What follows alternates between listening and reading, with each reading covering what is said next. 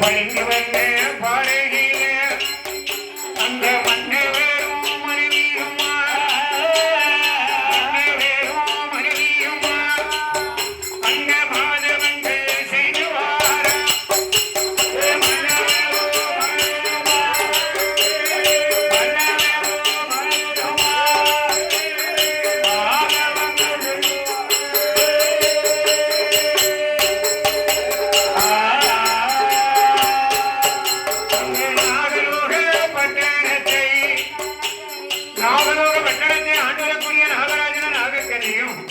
ஆண்டவன் பகவானை நினைத்து 12 வருடகாலம் தவம் இருக்க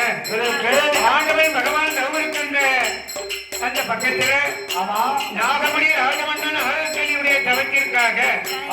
குழந்தை வரத்தை கொடுக்க வேண்டும் என்பதாக சொல்லி பகவானும் பார்வதியும் பரிகாக்க வந்த இடத்துல